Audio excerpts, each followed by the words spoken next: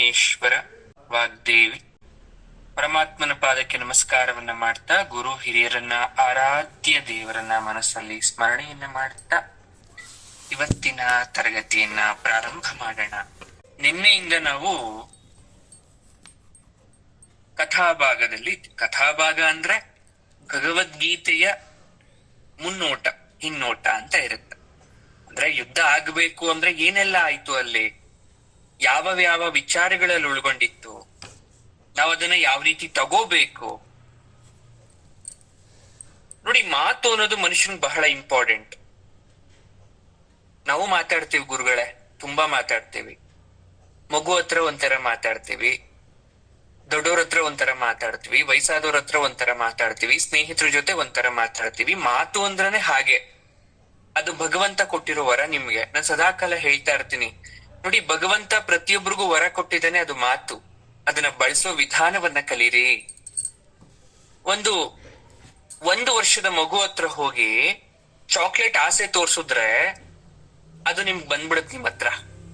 ಆ 1 ವರ್ಷದ ಮಗು ಹತ್ರ ಹೋಗಿ ನೀವು ದೊಡ್ಡವ್ರ ಜೊತೆ ಮಾತಾಡ್ದಂಗೆ ಏರು ಧ್ವನಿಯಲ್ಲಿ ಮಾತಾಡಿದ್ರೆ ಬರಲ್ಲ. ವಯಸ್ಸಾದವ್ರ ಹತ್ರ ಹೋಗಿ ಸ್ನೇಹಿತರ ಜೊತೆ ಮಾತಾಡಿದ್ರೆ ಸಂಸ್ಕಾರ ಇಲ್ದವನು ಅಂತಾರೆ. ತಂದೆ ತಾಯಿ ಜೊತೆ ಮಾತಾಡಿದಾಗ ಅಕ್ಕಪಕ್ಕದವ್ರ ಹತ್ರ ಮಾತಾಡಿದ್ರೆ ಬುದ್ಧಿ ಕಲ್ಸಿಲ್ಲ ಅಂತಾರೆ. ಹಾಗಾಗಿ ಯಾರ ಹತ್ರ ಹೇಗೆ ಎಷ್ಟು ಮಾತಾಡ್ಬೇಕು ಅಂತ ಜ್ಞಾನವನ್ನ ಪರಮಾತ್ಮ ನಮ್ಗೆ ಕೊಟ್ಬಿಡ್ತಾನೆ. ಆದ್ರೂ ಅದನ್ನ ಮಿಸ್ ಮಾಡ್ತೀವಿ, ಕೆಲವೊಂದ್ಸಲ ತಪ್ತೀವಿ. ರೀಸನ್ ಈಗಂತ ಎಲ್ರು ಕೊಡ್ತಾರೆ, ಪ್ರೆಷರ್ ಇದೆ, ಹಾದಿದೆ, ಇದಿದೆ, ಏನೇನೇನೋ ಇದೆ ಸರ್. ಅಥವಾ ಆ ಟೈಮಲ್ಲಿ ನಾನು ಏನ್ ಮಾತಾಡ್ತೀನಿ ಅಂತ ಗೊತ್ತಾಗಲ್ಲ, ಕೋಪ ಜಾಸ್ತಿ.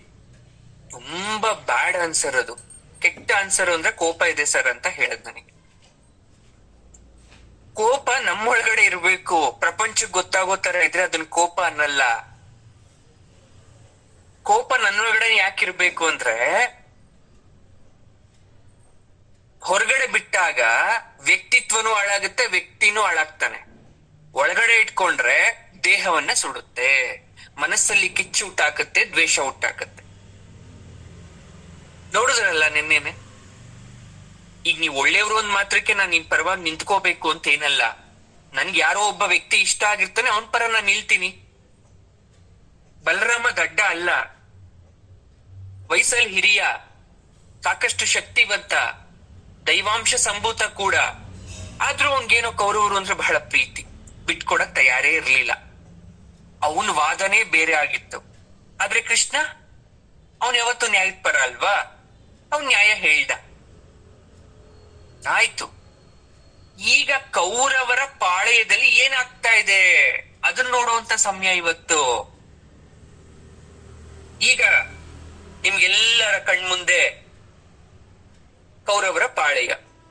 ಮೊದಲಿಗೆ ಶಕುನಿಯಿಂದ ಪ್ರಾರಂಭ. ಶಕುನಿ ಮಾತುಗಳ ಆರಂಭ ಆಗ್ತಾ ಇದೆ. ಏನಂತ, ವತ್ಸ, ನಾವು ಮಾಡಿರ್ತಕ್ಕಂಥ ಪ್ರಯತ್ನ ಎಲ್ಲ ಕೆಟ್ಟೋಯ್ತು. ನಾವು ಒಂದು ಬಗೆದ್ರೆ ದೈವ ಬೇರೆದ್ನೇ ಬಗೆಯುತ್ತೆ. ಶಕುನಿ ತಂತ್ರ ಹೇಗ್ ವಿಫಲ ಆಯ್ತು ಗೊತ್ತಾಯ್ತಾ ನಿನಗೆ? ದೈವ ನಮ್ಮ ವಿರೋಧಿಯಾಗಿದೆ. ದೇವರು ಪಕ್ಷಪಾತಿ, ದೇವರು ನಮ್ಗೆ ಸಪೋರ್ಟ್ ಮಾಡ್ತಾ ಇಲ್ಲ. ಹಾಗಾಗಿ ನಾನು ಮಾಡ್ತಾ ಇರೋ ಪ್ರಯತ್ನ ಎಲ್ಲ ಹಾಳಾಗೋಯ್ತಲ್ಲಪ್ಪ. ಅವ್ರ ಬಾಹುಬಲದಿಂದ, ಪ್ರಯಾಸದಿಂದ ಗೆದ್ದಂತಹ ವಿಶ್ವವನ್ನ ನಾನ್ ನಿನ್ಗೆ ಬರೀ 2 ಕವಡೆಯಲ್ಲಿ ಗೆದ್ಕೊಟ್ಟೆ. ನಿನಗೆ ಕಷ್ಟನೇ ಪಡ್ಲಿಲ್ಲ, ನೀನು ಒಂದ್ ಯುದ್ಧ ಮಾಡ್ಲಿಲ್ಲ, ಏನೂ ಮಾಡ್ಲಿಲ್ಲ, ನಾನ್ ನಿನ್ ಗೆದ್ಕೊಟ್ಬಿಟ್ಟೆ. ನಮ್ಗ ಅವಾಗ ದೈವ ಅನುಕೂಲವಾಗಿತ್ತು, ನಮ್ಗೆ ಟೈಮ್ ಚೆನ್ನಾಗಿತ್ತು ಅಂತೀವಲ್ವಾ, ಟೈಮ್ ಚೆನ್ನಾಗಿತ್ತು ನಮ್ಗೆ. ಆದ್ರೆ ಇವಾಗ ಏನಾಗಿದೆ ಗೊತ್ತಾ, ದೈವ ಪಾಂಡವರ ಕಡೆ ತಿರುಗ್ಬಿಟ್ಟಿದ್ದಾನೆ. ನಾವ್ ಏನ್ ಮೋಸ ಮಾಡಿದ್ವಿ ದೇವ್ರಿಗೆ? ದೇವ್ರಿಗೆ ತಲೆ ಬೇಡ್ವಾ? ಯೋಚನೆ ಬೇಡ್ವಾ ದೇವ್ರಿಗೆ? ನಿಮ್ಮಪ್ಪ ಕುರುಡ ಅಂದ್ರೆ ನನ್ ಭಾವ, ಅವನ್ ಕುರುಡ. ನಾವು ರಾಜ್ಯ ನಡ್ಸಕ್ಕಿಲ್ವಾ ಅವನ್ ಕುರುಡ ಆದ್ರೆ? ಯಾಕೆ? ಅವನ ಜ್ಯೇಷ್ಠ ಪುತ್ರನಾಗಿರ್ತಕ್ಕಂಥ ನೀನಿಲ್ವಾ ಹಿರಿಮಗ ಅನ್ಸ್ಕೊಂಡಿರೋನು? ತಂದೆ ನಂತರ ಇಡೀ ರಾಜ್ಯ ಬರ್ಬೇಕಾಗಿರೋದ್ ನಿನ್ಗೆ. ಇದು ಧರ್ಮ, ಇದೇ ನ್ಯಾಯ. ಇದಕ್ಕೆ ಯಾಕೆ ದೈವ ಅಡ್ಡ ಬರ್ಬೇಕು? ಯಾರು ಹೇಳ್ಬೇಕು ದೈವಕ್ಕೆ, ದೇವ್ರಿಗೆ ಹೇಳುವಂತ ಶಕ್ತಿ ನಮ್ಗೆ ಇಲ್ವಲ್ಲಪ್ಪ ದುರ್ಯೋಧನ. ಈಗ ನಿಜವಾಗ್ಲೂ ಕುರುಡಾಗಿರ್ತಕ್ಕಂಥದ್ದು ದೇವರು. ಆ ರೋಗಗ್ರಸ್ತನಾಗಿರ್ತಕ್ಕಂಥ ಪಾಂಡುನ ಕರ್ಕೊಂಬಂದ್ಬಿಟ್ಟು ರಾಜ ಮಾಡಿದ್ರು, ಏನ್ ಪ್ರಯೋಜನ ಆಯ್ತು? ಕಡೆಗೆ ಅವನ್ ರಾಜ್ಯವನ್ನೇ ತೊರೆದು ಹೋದ. ನಾವು ಕರ್ಣನ ವಿಧಿ, ಅವನ್ ಕಾಮುಕತ್ವ, ಎಲ್ಲೋ ಹೋಗಿ ಸತ್ತ. ಅವನ್ ಸತ್ರೆ ಈ ಹಾಳು ಈ ರಾಜ್ಯದಲ್ಲಿ ಇರ್ತದಲ್ಲ ಕೆಲವೊಬ್ರು, ಅವರು ಯಾಕೆ ಕುಂತಿಯನ್ನ ಅವನ ಮಕ್ಕಳನ್ನ ಕರ್ಕೊಂಡು ಬರ್ಬೇಕಿತ್ತು? ನಮ್ಮ ಅವ್ರ ವಿಚಾರದಲ್ಲಿ ಮಧ್ಯದವ್ರು ಯಾಕೆ ತಲೆ ಹಾಕಬೇಕಿತ್ತು? ಕುಂತಿ ಯಾಕೆ ಇಲ್ಲಿಗೆ ಬರ್ಬೇಕಿತ್ತು? ಗಂಡ ಸತೋದ ಅಲ್ವಾ? ಗಂಡ ಸತ್ಮೇಲೆ ಎಮ್ಮ ಸತಿಸಾಗಮನ ಮಾಡ್ಬೇಕಲ್ವಾ? ಅವನ ಚಿತೆಯಲ್ಲಿ ಬಿದ್ದು ಪ್ರಾಣ ಕಳ್ಕೋಬೇಕಲ್ವಾ? ಮಾದ್ರಿ ಮಾಡಿರೋ ತರ ಯಾಕೆ ಈ ಮಾತನ್ನ ಬ್ರಾಹ್ಮಣರು ಹೇಳಿಲ್ಲ? ಇದೆಲ್ಲ ಅವರದೇ ಕಿತಾಪತಿ. ಇಲ್ಲಿ ಸಮಸ್ಯೆ ಇತ್ತು. ಆಗ ನಿಮ್ ತಾತ ಇದ್ನಲ್ಲ ಭೀಷ್ಮ, ಅವನ್ ತಲೆ ಕೆಟ್ಟೋಗಿತ್ತು, ಒಂಥರ ಹುಚ್ಚೆ ಆಗ್ಬಿಟ್ಟಿದ್ದ ಅವನು. ಈ ಕುಂತಿ ಬಂದ್ಬಿಟ್ಟು ನಾಟಕದ ಕಣ್ಣೀರನ್ನು ಹಾಕಿದ ತಕ್ಷಣ ಕರ್ಗೋದ, ಅವಳಿಗೂ ಅವಳ ಮಕ್ಕಳಿಗೂ ಸ್ಥಾನ ಕೊಟ್ಟ. ಆ ವಿದುರ ತೊತ್ತಿನ ಮಗ, ಅವನು ಎಲ್ಲ ತಲೆಯನ್ನ ಕೆಡಿಸ್ಬಿಟ್ಟ. ನಿಯೋಗವಂತೆ ನಿಯೋಗ, ಯಾರ್ಯಾರ್ಗ್ ಹುಟ್ಟಿದ್ರು? ದೇವಪುತ್ರ ಅಂತ ಬೇರೆ ಕರ್ಕೊಂತಾರ ಅವರನ್ನ. ಕಂಡವ್ರು ಯಾರು? ನೀನ್ ಹೋಗ್ ನೋಡಿದ್ಯಾ ದೇವಪುತ್ರ ಅಂತ? ದೇವತೆಗಳು ಜನ್ಮ ಕೊಟ್ರು ಅಂತ ನಿಂಗೇನಾದ್ರೂ ನೋಡಿದ್ಯಾ? ನಾನು ಸಾಮಾನ್ಯವಾದ ಪ್ರಯತ್ನವನ್ನ ಮಾಡ್ದೆ ಕಣೋ ದುರ್ಯೋಧನ. ಅರಗಿನ ಮನೆಯಲ್ಲೇ ಎಲ್ಲಾ ಸಮಸ್ಯೆ ತೀರ್ ಹೋಗ್ಬೇಕಿತ್ತು. ತೀರದಂತೆ ಮಾಡಿದವನು ಆ ಗೊಲ್ಲ, ಆ ಹಾಳು ಕೃಷ್ಣ. ಅವನ ಬಂಟ ಈ ತೊತ್ತಿನ ಮಗ ಇದ್ದಾನಲ್ಲ ವಿಧುರ, ಅವನು ವಿಫಲವನ್ನ ಮಾಡ್ದ. ಯಾರನ್ನ? ದೂರ್ವಾಸರ ಕೋಪವನ್ನ. ಗೋಗ್ರಹಣ ಯತ್ನ ಮಾಡಿದಾಗ ಪಾಂಡವರ ಪತ್ತೆ ಹಚ್ಚೋದು ವಿಫಲ ಆಯ್ತು. ಈಗ ಆ ದೃಪದ ಪುರೋಹಿತರನ್ನ ಕಳಿಸ್ತಾ ಇದ್ದನಂತೆ ಇಲ್ಲಿನ ಸಮಾಚಾರವನ್ನ ರಹಸ್ಯವಾಗಿ ತಿಳ್ಕೊಂಡ್ ಬರ್ಲಿಕ್ಕೆ, ರಾಜ್ಯದ ಹಕ್ಕನ್ನ ಪ್ರತಿಪಾದಿಸ್ಲಿಕ್ಕೆ. ಬರ್ಲಿ ಒಂದು ಉಪಾಯವನ್ನ ಮಾಡ್ಬೇಕು. ಆ ಪುರೋಹಿತ ಅವನು ಬ್ರಾಹ್ಮಣ, ಇಲ್ಲಿ ಬಂದು ಏನಾದ್ರೂ ಹೇಳಿದ್ರೆ ನಿನ್ನ ತಾತನಾಗಿರ್ತಕ್ಕಂಥ ಭೀಷ್ಮನ ಮನಸ್ಸು ಯಾವ ಕಡೆ ಬೇಕಾದ್ರೂ ತಿರುಗ್ಬೋದು. ಆ ಪಾಂಚಾಲಿ ಸ್ವಯಂವರ ಮುಗಿಸಿ ಬಂದವ್ರಿಗೆ ಅರ್ಧ ರಾಜ್ಯ ಕೊಡೋತರ ಕೊಡು ಅಂದ್ರೆ ನಿನ್ ಕತೆ ಮುಗ್ದೋಯ್ತು. ಅವರು ಸೇಡನ್ನ ತೀರಿಸ್ಕೊಳ್ದೆ ಬಿಡಲ್ಲ. ನಿನ್ನ ಗುರು ದ್ರೋಣ, ಅವನೂ ಬ್ರಾಹ್ಮಣ, ಅವನ ಮಗ ಅಶ್ವತ್ಥಾಮ. ಆಹಾ, ಕರ್ಣರ ನೆಪದಲ್ಲಿ ಎಲ್ಲ ಎಷ್ಟೊಂದು ಹೀನಾಮಾಯವಾಗಿ ಬೈದ್ರು ನಮ್ಮನ್ನ, ನೆನ್ಪಿದ್ಯಾ ನಿನ್ಗೆ? ಅವರು ಅರ್ಜುನಾಭಿಮಾನಿಗಳು, ಪಾಂಡವ ಪಕ್ಷಪಾತಿಗಳು. ಈಗ ಉಳಿದಿರೋದು ಒಂದೇ ಒಂದು ದಾರಿ, ಅದು ಸಫಲನೋ ವಿಫಲನೋ ನೋಡ್ಬಿಡೋಣ. ಕರ್ಣ ಶುರು ಮಾಡ್ದ ಮಾತನ್ನ. ದುರ್ಯೋಧನ ಇದ್ದ, ಏನು ಮಾಮ ಆ ಉಳಿದ ಉಪಾಯ? ಶಕುನಿ ಹೇಳ್ದ, ಇದು ಸಾಧ್ಯನೋ ಇಲ್ಲ ಅನ್ನೋದನ್ನ ಮೊದಲು ಪರೀಕ್ಷೆ ಮಾಡ್ಕೊಂಡು ಸಿದ್ಧ ಮಾಡ್ಕೋಬೇಕು. ನೀನೇ ಪರೀಕ್ಷೆ ಮಾಡ್ಕೋ. ದುರ್ಯೋಧನ ಕಾತರತೆ, ಹೇಳ್ ಮಾಮ, ನನ್ ಶಕ್ತಿ ಮೀರಿ ಪ್ರಯತ್ನ ಮಾಡ್ತಾನೆ. ಶಕ್ತಿ ಅಲ್ಲ, ಯುಕ್ತಿ ಬೇಕಿದಕ್ಕೆ, ಬುದ್ಧಿ ಇರಬೇಕು. ಯಾವಾಗ್ಲೂ ಮನುಷ್ಯನಿಗೆ ಅವನ ಶಕ್ತಿ ಪ್ರಯೋಗಕ್ಕೆ ಬರಲ್ಲ, ಅವನ ಬುದ್ಧಿ ಕೂಡ ಬೇಕು. ದುರ್ಯೋಧನಂಗೆ ಅರ್ಥ ಆಗ್ಲಿಲ್ಲ. ಏನು ಗೊತ್ತಾಗ್ತಾ ಇಲ್ವಲ್ಲ, ಬಿಡಿಸ್ ಹೇಳು. ನಿನ್ ಯುಕ್ತಿ ಎಲ್ಲ ಮುಗೀತು, ಏನ್ ಹೇಳೀಗ? ಹೇಳ್ತಾನೆ, ಪಾಂಡವರ ಸ್ಥೈರ್ಯ, ಬಲ, ಆತ್ಮವಿಶ್ವಾಸವನ್ನ ಕೆಡಿಸ್ಬೇಕಾದ್ರೆ ಅವರ ಕಡೆಯವರನ್ನ ಉಪಾಯವಾಗಿ ನಮ್ಮತ್ರ ಎಳ್ಕೋಬೇಕು. ಯೋಚನೆ ಮಾಡು, ಇದನ್ ನೀನ್ ಮಾಡ್ತೀಯಾ? ಹಾ, ನಾನಂತೂ ಮಧ್ಯಪ್ರವೇಶವನ್ನ ಮಾಡಲ್ಲ. ಯಾಕಂದ್ರೆ ಸ್ವಾಭಾವಿಕವಾಗಿ ನಡೆದಿರೋ ತರ ಇರಬೇಕು, ನಾನು ಹೇಳ್ಕೊಟ್ಟು ಮಾಡಿರೋ ತರ ಇರಬಾರ್ದಿದು. ಈ ಕೆಲಸ ನಿನ್ನೊಬ್ಬನಿಂದ ಮಾತ್ರ ಸಾಧ್ಯ. ಈ ಕುರುವಂಶದಲ್ಲಿ ದುರ್ಯೋಧನನ ಮಾತಿಗೆ ಮಾತ್ರ ಮಾತ್ರ ಬೆಲೆ. ದುರ್ಯೋಧನ ಹೇಳ್ತಾನೆ, ಇದಾಗೋ ಕೆಲ್ಸ ಅಲ್ಲ ಮಾಮ. ದೃಪದ ವಿರಾಟರನ್ನ ಏನ್ ಮಾಡಿಯೂ ನಮ್ಮತ್ತ ಸೆಳೆಯೋಕ್ಕಾಗಲ್ಲ. ದೃಪದರು ಬಂದ್ಬಿಡ್ತಾರ, ವಿರಾಟರು ಬಂದ್ಬಿಡ್ತಾರ. ಆ ಬೀಗ್ರವ್ರು ಅಭಿಮನ್ಯುಗೂ ಉತ್ತರಗೆ ಮದ್ವೆ ಮಾಡ್ಕೊಟ್ಮೇಲೆ ಅವ್ರಿಬ್ರು ಸಂಬಂಧ ಹತ್ರ ಆಗೋಯ್ತು. ಅವ್ರಿಗೆ ಸಪೋರ್ಟ್ ಮಾಡ್ತಾರೆ ಹೊರತು ನಮಗೆ ಎಲ್ಲಿಂದ ಬಂದ್ ಸಹಾಯ ಮಾಡ್ತಾರೆ? ಶಕುನಿ ಹೇಳ್ತಾನೆ, ಯೋಚನೆ ಮಾಡೋ ರೀತಿ ಸರಿ ಇದೆ, ಹಾಗೆ ಯೋಚನೆ ಮಾಡ್ತಾ ಹೋಗು. ಯಾರ್ಯಾರು ಪಾಂಡವರ ಜೊತೆ ಇರ್ತಕ್ಕಂಥವ್ರು ನಿನ್ನ ಪಕ್ಷಕ್ಕೆ ಬರಬಹುದು ಯೋಚನೆ ಮಾಡು. ಯಾರು ಆಮಿಷಕ್ಕೆ ಒಳಗಾಗ್ತಾರೆ, ಯಾರು ನಿನ್ನ ಅನ್ನದ ಋಣ ಅನ್ನೋ ನೆಪದಲ್ಲಿ ನಿನ್ ಕಡೆ ಬರ್ತಾರೆ ನೋಡು. ದುರ್ಯೋಧನ ಹೇಳ್ತಾನೆ, ಜರಾಸಂಧನ ಮಗ ಜರ್ಜರಿತನಾಗಿದ್ದಾನೆ. ತಂದೆ ಸತ್ತ ಮೇಲೆ ಸೇಡನೋದು ಮನುಷ್ಯನ್ಗೆ ಇದ್ದೇ ಇರುತ್ತೆ. ಆ ಜರಾಸಂಧನನ್ನ ಸಾಯಿಸಿದ್ದು ಭೀಮ. ಅವನ ಮಗನನ್ನ ಕರ್ಕೊಂಡ್ ಬಂದ್ರೆ ಶಿಶುಪಾಲ ಸತ್ತೋದ, ಅವನ ಮಗ ಇದ್ದಾನಲ್ಲ, ಅವನನ್ನ ಕರ್ಕೊಂಡು ಬಂದ್ರೆ ಇನ್ನು ಹೇಳು, ಇನ್ಯಾರು ಇದ್ದಾರೆ ನಿನ್ ತಲೆಯಲ್ಲಿ? ಇನ್ಯಾರು ಬರ್ಬೋದು ನಮ್ಮ ಪಕ್ಷಕ್ಕೆ? ಆಮೇಲೆ ಏನು ರುಕ್ಮಿ ಇದ್ದಾನೆ, ಆದ್ರೆ ಅವನ್ಗೀಗ ಒಂಥರ ಕೃಷ್ಣನ್ ಮೇಲೆ ಯಾಕೋ ಭಕ್ತಿ ಬೇರೆ ಬಂದಾಗಿದೆ, ಬರ್ತೋನೋ ಇಲ್ವೋ ಗೊತ್ತಿಲ್ಲಪ್ಪ. ಇನ್ನ ನಾಗರು ಅವರು ಬರ್ಲಾರೇನೋ. ಚೋಳರು ಯಾವಾಗ್ಲೂ ಹಸ್ತಿನಾವತಿ ಸಿಂಹಾಸನಕ್ಕೆ ಇಷ್ಟರಾಗಿದ್ದಾರೆ, ಅವ್ರು ಬರ್ಬೋದು. ಕಾಲಯವನ ಅವನನ್ನ ಕೇಳಬೇಕು. ಹೀಗೆ ಯಾರ್ಯಾರು ಇದ್ರೋ ಅವರ ಬಗ್ಗೆ ಎಲ್ಲ ಯೋಚನೆ ಮಾಡ್ತಾ ಇದ್ದಾರೆ. ಶಕುನಿ ತಂತ್ರವನ್ನ ಹೇಳ್ಕೊಡ್ತಾ ಇದ್ದಾನೆ ದುರ್ಯೋಧನನಿಗೆ. ಶಕುನಿ ಹೇಳ್ತಾನೆ, ಭಲೇ ವತ್ಸ ಭಲೇ, ಎಲ್ಲರನ್ನ ನಮ್ಮ ಕಡೆ ಸೆಳೆಯಕ್ಕೆ ಏರ್ಪಾಡನ್ನ ಮಾಡು.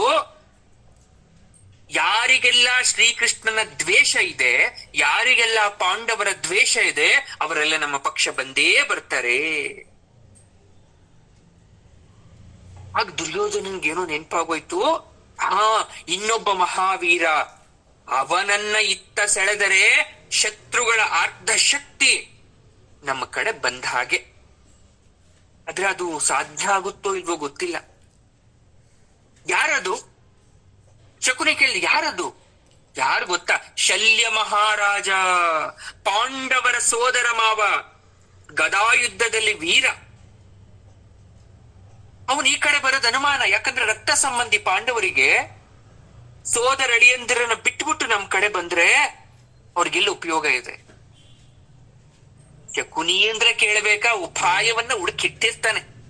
ಆಗ ಹೇಳ್ತಾನೆ ಶಕುನಿ, ಉಪಾಯವಿದೆ ಕಂದ, ಇದೆ. ಅವನ ಗುಣ ದೌರ್ಬಲ್ಯಗಳನ್ನ ಎಣಿಸಿ ಹೇಳು, ಸ್ವಲ್ಪ ಕೇಳ್ತೀನಿ. ದುರ್ಯೋಧನ ಯೋಚನೆ ಮಾಡ್ದ, ಶಲ್ಯಂದ ದೌರ್ಬಲ್ಯನ? ಅವನು ಪಾಂಡವರಿಗಿಂತ ಅತಿ ಹಿರಿಯ, ಸ್ವಾಭಿಮಾನಿ ಬೇರೆ. ಅವನು ಯಾರ ಮುಂದೆ ತಲೆ ಬಗ್ಸಲ್ಲ. ಅವನು ಗದಾಯುದ್ಧದಲ್ಲಿ ಜಗತ್ಪ್ರಸಿದ್ಧ ವೀರ. ರಾಜಸೂಯ ಸಂದರ್ಭದಲ್ಲಿ ಪಾಂಡವರಿಗೆ ಕಪ್ಪ ಕಾಣಿಕೆ ಕೊಡುವಂತ ಸಂದರ್ಭ ಬಂದಾಗ ಬಹಳ ಕಷ್ಟಪಟ್ಟು ಕೊಡ್ತಾ ಇದ್ದ. ಇದನ್ನ ನಾನು ಇಷ್ಟು ವಿಚಾರ ಗೊತ್ತು. ಭೇಷ್, ದಾರಿಗೆ ಬರ್ತಾ ಇದ್ದೀಯ, ಹೇಳು ಮುಂದೆ ಹೇಳು. ದುರ್ಯೋಧನ ಹೇಳ್ತಾನೆ, ಅವನ ಸ್ವಾಭಿಮಾನ ಬೆಳೆಯೋ ತರ ನಾವೇನಾದ್ರೂ ಮಾಡ್ಬಿಟ್ರೆ ಅವನು ಬಂದ್ಬಿಡ್ತಾನೆ. ಆದ್ರೆ 13 ವರ್ಷಗಳಲ್ಲಿ ನಾವೇನು ಮಾಡ್ಲೇ ಇಲ್ವಲ್ಲ. ಅವಾಗ ಮಾಡ್ಲಿಲ್ಲ ಅಂದ್ರೆ ಏನಾಯ್ತು? ಮಾಡೋಣ, ಸುಮ್ನಿರಪ್ಪ. ಕಾಲಕ್ಕೆ ತಕ್ಕಂತೆ ಮನುಷ್ಯ ಬದಲಾಗಬೇಕು. ಈ ಬೆರಗಿನ ಸಮಾಜದಲ್ಲಿ ಇದು ಬಣ್ಣದ ಸಮಾಜ. ನಾವು ಬದಲಾದ್ರೆ ಮನುಷ್ಯರು ನಮ್ ಕಡೆ ವಾಲ್ತಾರೆ. ದುರ್ಯೋಧನ ಹೇಳ್ತಾನೆ, ಯಾದವರ ಕಡೆ ಸಾತ್ಯಕಿ ಇದ್ದಾನೆ, ಕೃಷ್ಣನ ಸ್ನೇಹಿತ. ಕೃತವರ್ಮ ಇದ್ದಾನೆ, ಕೃಷ್ಣನ ಪ್ರತಿಸ್ಪರ್ಧಿ. ಎಲ್ಲರಿಗಿಂತ ಹೆಚ್ಚಾಗಿ ಕೃಷ್ಣ ಇದ್ದಾನೆ. ಕೃಷ್ಣ ಯಾವತ್ತೂ ನಮ್ ಕಡೆ ಬರಲ್ಲ. ಬರ್ತಾನೆ? ಅವ್ನು ಬರಲ್ಲ. ಅವನು ಶಕುನಿಗೇನೋ ಒಂದು ಆಲೋಚನೆ ಬಂತು. ಭಲೇ ಅಂತೂ ತಲೆ ಓಡಿಸಿದ್ದೀಯ, ನೋಡೋಣ ಇನ್ನು ಏನ್ ಹೇಳ್ತೇವೆ ಹೇಳು. ಇನ್ನೇನಿದೆ ಮಾಮ ಯೋತ್ಸಕ್ಕೆ? ಸಾತ್ಯಕಿ ಶ್ರೀಕೃಷ್ಣ ಅಂತೂ ನಮ್ ಕಡೆ ಬರಕ್ಕಾಗಲ್ಲ. ಬರ್ತಾರೆ ಅಂತ ತಿಳ್ಕೊಂಡ್ರೆ ಅದು ನಮ್ಮ ಭ್ರಾಂತಿ, ನಮ್ ಹುಚ್ಚದು. ಸ್ವಂತ ಸೋದರತ್ತೆ ಶ್ರುತಶ್ರವೆಯ ಮಗ ಶಿಶುಪಾಲನನ್ನೇ ಕೊಂದವನು, ಪಾಂಡವರನ್ನ ಅಷ್ಟೊಂದು ಹಚ್ಕೊಂಡಿರೋನು, ಅವ್ರನ್ನ ಬಿಟ್ಟು ನಮ್ ಕಡೆ ಬರ್ತಾನ ಕೃಷ್ಣ. ಸರಿ, ಅವನ್ಗೆ ಚಿನ್ನ ಒಡವೆ ರತ್ನ ಈ ರೀತಿ ಆಮಿಷ ತೋರ್ಸಿದ್ರೆ ಬರಲ್ಲ. ಅಧಿಕಾರದ ಆಸೆಗಂತೂ ಅವನು ಬಗ್ಗದೇ ಇಲ್ಲ. ಜರಾಸಂಧ ಕಾಲೆಯವರನ್ನ ಕೊಂದಿರೋನವನು, ಸ್ವಯಂ ರಾಜ್ಯಾಪೇಕ್ಷೆ ಇಲ್ಲ ಅಂತ ಅವನು ಆರಾಮಾಗಿ ಓಡಾಡ್ಕೊಂಡಿದ್ದಾನೆ. ಅಂತವನು ನಮ್ ಪಕ್ಷಕ್ಕೆ ಬರ್ತಾನ? ಆಗ ಶಕುನಿ ಹೇಳ್ತಾನೆ, ವತ್ಸ, ನೀನ್ ಕಲಿಯೋದು ಇನ್ನೂ ತುಂಬಾ ಇದೆ ಕಣೋ ಮಗ. ನಿನ್ ಶಿಶು ಇನ್ನು ನೀನು ಅಲ್ಲೇ ನೀನ್ ಇಡುತ್ತಾ ಇರೋದು. ಯಾರ್ ಹೇಳಿ ಕೃಷ್ಣ ಬರಲ್ಲ ಅಂತ ಕರೆದ್ರೆ?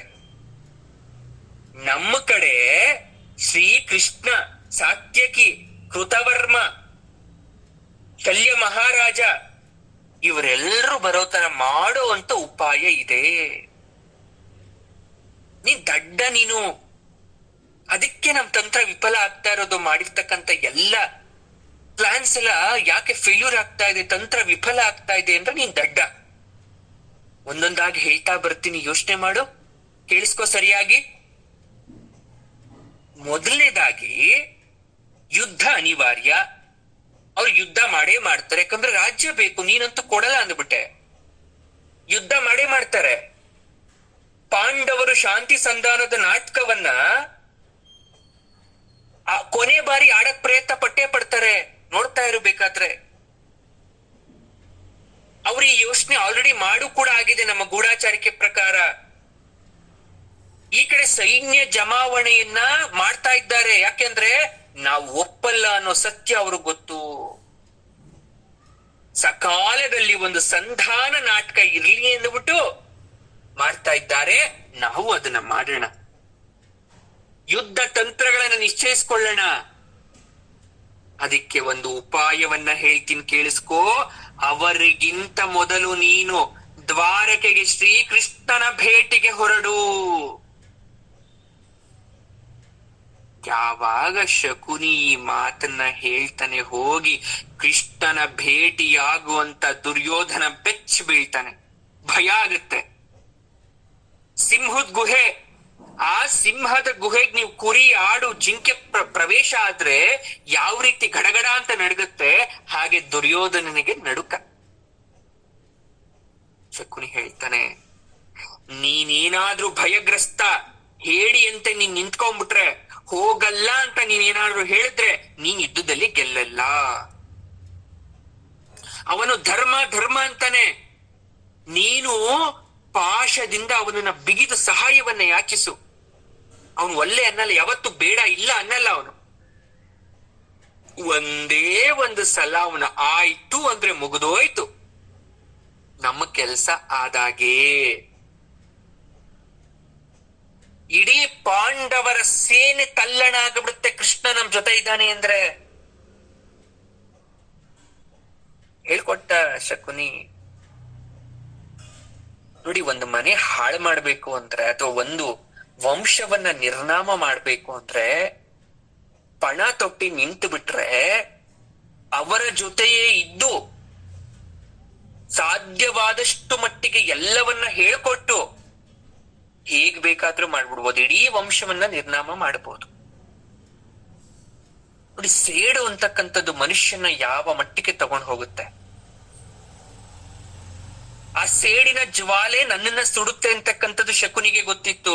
ಸಾವು ಅನ್ನೋದು ನನಗ್ ಬಂದೇ ಬರುತ್ತೆ ಅಂತ ಗೊತ್ತಿತ್ತು. ಆದ್ರೆ ನಾನು ಸಾಯ್ತೀನಿ, ಆದ್ರೆ ಸುಮ್ಮನೆ ಸಾಯಿಲ್ಲ, ನನ್ನ ಜೊತೆ ಇಷ್ಟು ಕುರು ವಂಶದ ಈ ದುರ್ಯೋಧನಾದಿಗಳನ್ನ ನನ್ನ ಜೊತೆ ಕರ್ಕೊಂಡು ಹೋಗಿ ಸಾಯ್ತೀನಿ ಅನ್ನೋ ಸಂಕಲ್ಪವನ್ನ ಮಾಡಿದ್ದ. ಅವನ್ಗೆ ಇನ್ನೊಂದು ಗೊತ್ತಿತ್ತು, ಕೃಷ್ಣ ಇರೋ ತನಕ ಪಾಂಡವರಿಗೆ ಸೋಲಾಗಲ್ಲ, ಯಾವತ್ತಿದ್ರೂ ಕೂಡ ಇವರ ವಿನಾಶ ಆಗತ್ತೆ. ಇವರು ಅಧರ್ಮ ಮಾಡಿಸ್ಬೇಕು, ಸಾಧ್ಯ ಆದಷ್ಟು ಕೆಟ್ಟ ಕೆಲಸ ಮಾಡಿಸ್ಬೇಕು. ಎಷ್ಟು ಕೆಟ್ಟ ಕೆಲಸ ಮಾಡಿಸಿ ಮಾಡಿಸಿ ಮಾಡಿಸಿ ಕಡೆಗೆ ಒಂದು ದಿನ ಸಾವು ಬರುತ್ತೆ. ಆ ಸಾವಲ್ಲಿ ನಾನು ಸಾಯ್ತೀನಿ ಅನ್ನೋ ವಿಚಾರ ಶಕುನಿ ಗೊತ್ತಿತ್ತು. ಎಲ್ಲ ಹೇಳ್ಕೊಟ್ಟ. ಈಗ ಮುಂದಿನ ಪಯಣ. ಯುದ್ಧ ನಿಶ್ಚಯ ಅಲ್ವಾ? ಈ ಕಡೆ ಪಾಂಡವರು ಕೃಷ್ಣನನ್ನ ಯಾಚಿಸ್ಬೇಕು. ಕೃಷ್ಣ ನೆನ್ನೆ ಬಂದಿದ್ ಎಲ್ಲಿಗೆ? ಪಾಂಡವರ ಬಿಡಾರಕ್ಕೆ ಬಂದಿದ್ದು ಒಂದು ವಿಚಾರವನ್ನ ಮಾಡ್ಲಿಕ್ಕೆ. ಅಲ್ಲಿಗ್ ಬಂದಾಗ ಕೇಳದ್ ಸರಿ ಇಲ್ಲ. ಈಗ ನಿಮ್ ಮನೆಗೆ ನಾನು ಇನ್ನೂ ಬರ್ತೀನಿ, ಅತಿಥಿಯಾಗಿ ಬರ್ತೀನಿ. ನಿಮ್ ಮನೇಲಿ ಯಾವ್ದೋ ಒಂದು ಕಾರ್ಯಕ್ರಮ ಇದೆ. ಗುರುಗಳೇ, ಹಾಗೆ ಮುಂದಿನ ವಾರ ನಮ್ಮ ಮನೇಲಿ ಕಾರ್ಯಕ್ರಮ ಇದೆ, ಬಂದ್ಬಿಡಿ ಅಂತ ನೀವ್ ಅಲ್ಲಿ ಪತ್ರಿಕೆ ಕೊಟ್ರೆ, ಆಹ್ವಾನ ಪತ್ರಿಕೆ ಕೊಟ್ರೆ ಹೇಗಿರುತ್ತೆ? ಛೇ, ಸರಿ ಇಲ್ಲ. ಗುರುಗಳ ಮನೆಗೆ ಹೋಗಿ ಕರಿಬೇಕಲ್ವಾ, ಅದೇ ಅಲ್ವಾ ಸಂಪ್ರದಾಯ. ಹಾಗೆ ಕೃಷ್ಣ ಎಲ್ಲಿರ್ತಾನೋ ಅಲ್ಲಿಗ್ ಹೋಗಿ ಕರೆಯೋದು ಸಂಪ್ರದಾಯ. ಈ ಕಡೆಯಿಂದ ಅರ್ಜುನ ಹೋಗ್ಬೇಕು, ಅವನಿಗಿಂತ ಮೊದಲೇ ದುರ್ಯೋಧನ ಹೋಗ್ತಕ್ಕಂತ ಎಲ್ಲ ಸಿದ್ಧತೆ ಆಗೋಯ್ತು. ಅರೆ, ದುರ್ಯೋಧನನಿಗೆ ಮೈ ಜುಮ್ ಅಂತ ಇದೆ, ಮೈ ಬೆವರ್ತಾ ಇದೆ, ತಲೆ ಸುತ್ತುತ್ತಾ ಇದೆ. ಯಾಕೆ? ಮಾನ ಧನನಾಗಿರ್ತಕ್ಕಂಥ ನಾನು ಈ ಗೊಲ್ಲನಲ್ಲಿ ಸಹಾಯ ಬೇಡದ? ಛೆ ಛೆ. ಮಾನ ಧನ ಅಂದ್ರೆ ಧನವಂತ, ನನಗ್ ಮಾನ ಜಾಸ್ತಿ ಎಲ್ಲಾರ್ಗಿಂತ. ಹೋಗಿ ನಾನು ಕೇವಲ ಯಾದವರ ಆ ಗೊಲ್ಲನ ಹತ್ರ ಸಹಾಯವನ್ನ ಬೇಡಬೇಕಾ? ಕೃಷ್ಣನ್ ಏನಂತ ಇದನ್ ಗೊತ್ತಾ? ಹೆಂಗಳೆಯರ ಬೇಟೆಯ ಭೂಪ ಅವನು. ಹೆಣ್ಣು ಮಕ್ಳು ಅಂದ್ರೆ ಹಿಂದಿಂದೆ ಹೊಡೋಗ್ತಾನೆ, ಅವನನ್ನ ಭೇಟಿ ಹಾಕಬೇಕಾ? ಮಾಯಾವಿ ತಂತ್ರಗಾರ ಬೇರೆ, ಮೋಸ್ಕಾರ, ವಂಚಕ. ನನ್ನನ್ ಏನಾದ್ರೂ ಮಾಡ್ಬಿಟ್ರೆ ಅಲ್ಲೋದಾಗ, ನನ್ ಮನ್ಸನ್ ಬದಲಾವಣೆ ಮಾಡ್ಬಿಟ್ರೆ, ನನ್ನನ್ನು ಮಾಯ ಮಾಡ್ಬಿಟ್ರೆ, ನನ್ನಲ್ಲಿ ಇರ್ತಕ್ಕಂಥ ಯುದ್ಧೋತ್ಸಾಹವನ್ನ ಕುಗ್ಗೋ ತರ ಮಾಡ್ಬಿಟ್ರೆ ಭಯ ಆಗೋಯ್ತು. ಯಾರಿಗ್ ಭಯ ಆಗೋದು? ಯಾರು ಅಧರ್ಮದ ದಾರಿಲಿ ಇರ್ತೀರಿ, ಯಾರು ತಪ್ಪುಗಳನ್ನ ಮಾಡ್ತಾ ಇರ್ತೀರಿ, ಅಂತಹವರಿಗೆ ಭಯ ಆಗುತ್ತೆ ಭಗವಂತನ ದರ್ಶನ ಮಾಡಕ್ಕೆ, ಪಾಮರರಿಗಲ್ಲ. ಮಾವಯ್ಯ ಇದ್ದಾನಲ್ಲ ಶಕುನಿ, ಅವನ ಲೆಕ್ಕಾಚಾರ ಹಾಕಿದನೆ ಅಂದ್ಮೇಲೆ ಸರಿ ಇರುತ್ತದ. ಏನ್ ಮಾಡೋದು? ಛೆ, ವಿಧಿ ಇಲ್ಲ, ವಿಧಿ ಇಲ್ಲ, ಹೋಗ್ಲೇಬೇಕು. ಸರಿ, ಕರ್ಣನ್ ಕೇಳಿ ನೋಡೋಣ. ಕರ್ಣ ಸುತಾರ ಮುಕ್ಲಿಲ್ಲ. ಹೋಗಿ ದುಶ್ಯಾಸನ, ಅವನ್ ಹೊರಟ, ಅವನ್ ಕಳ್ಸಿದ್ರೆ ಕಾರ್ಯ ಆಗಲ್ಲ. ಹೋಗ್ ಮಾತಾಡ್ದ ತಂದೆ ಜೊತೆ, ಧೃತರಾಷ್ಟ್ರನ್ ಜೊತೆ. ಏನಪ್ಪಾ ಶಕುನಿ ಮಾಮ ಹೋಗಿ ಕೃಷ್ಣನ ಹತ್ರ ಸಹಾಯ ಬೇಡು ಅಂತ ಇದ್ದಾನೆ, ಏನ್ ಮಾಡ್ಲಿ? ನಿನ್ ಮಾಮ ಹೇಳಿದೇನೆ ಅಂದ್ಮೇಲೆ ಸುಮ್ನೆ ಹೇಳಿರಲ್ಲ, ಏನೋ ಮರ್ಮ ಇರ್ಬೇಕು, ಹೋಗ್ ನೋಡು. ಅವನು ಹೂ ಅಂದ್ಬಿಟ್ಟ, ಹೋಗು ಅಂದ್ಬಿಟ್ಟ. ಈಗ ನೀನಲ್ಲಿ ಹೋದ್ರು ಏನು ಅವಮಾನ ಆಗಲ್ಲ. ಯಾಕಂದ್ರೆ ಯುದ್ಧದಲ್ಲಿ ಯುದ್ಧ ಆಗಬೇಕು, ಮಾನ ಅಪಮಾನಗಳಾಗಬೇಕು, ನಮ್ಮ ಕಡೆ ಜಯ ಆಗಬೇಕು ಅಂದ್ರೆ ನಿನ್ಗ ಅವಮಾನ ಆದ್ರೂ ಸಹಿಸ್ಕೋಬೇಕು. ರಾಜಕಾರಣಿಗಳು ಯಾವತ್ತು ಆರೋಪಗಳನ್ನ, ಅವಮಾನಗಳನ್ನ ಸೀರಿಯಸ್ ಆಗಿ ತಗೋಬಾರ್ದು. ನಗ್ನತ್ತ ಬಿಟ್ಬಿಡ್ಬೇಕಂತೆ, ಅವಾಗ್ಲೇ ರಾಜಕೀಯ ಮಾಡಕ್ ಆಗದಂತೆ. ಆ ಮಾತನ್ನ ಧೃತರಾಷ್ಟ್ರ ಹೇಳ್ಕೊಡ್ತಾ ಅವನ್ ಮಗನ್ಗೆ. ಅಪಮಾನವನ್ನ ನುಂಗಬೇಕು. ಯಾಕೆ? ನೀನ್ ದ್ರೌಪದಿ ಇಷ್ಟಪಟ್ಟಿದ್ದೆ, ನಿಂಗ್ ಸಿಗ್ಲಿಲ್ಲ, ನೀನ್ ಸುಮ್ನಾಗ್ಲಿಲ್ವಾ? ಘೋಷಯಾತ್ರೆಯಲ್ಲಿ ಸರಿಯಾದೆ, ಆಗ ದ್ರೌಪದಿನೇ ಬಂದ್ ಬಿಡಿಸಿದ್ಲು. ಏನಾಯ್ತು? ವಿರಾಟನಗರದಲ್ಲಿ ಆದದ್ದನ್ನ ತಮಾಷೆ ಅಂತ ಭಾವಿಸ್ಕೊ. ನಿನ್ನ ಹತ್ರ ಒಂದು ಕೆಟ್ಟ ಗುಣ ಇದೆ, ಏನ್ ಗೊತ್ತಾ? ಬೇಗ ಸಿಟ್ ಮಾಡ್ಕೊಳ್ತ್ಯ. ಸಿಟ್ಟನ್ನ ನಿನ್ಗೆ ನುಂಗಕ್ ಬರಲ್ಲ.